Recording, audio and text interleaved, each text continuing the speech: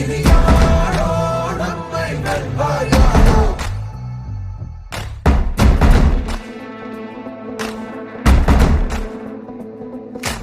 நீதி எங்கள் நெஞ்சில் கொண்டு தீவரக்கும் கண்கள் உண்டு. முன்னெடுத்து காலை வையடா.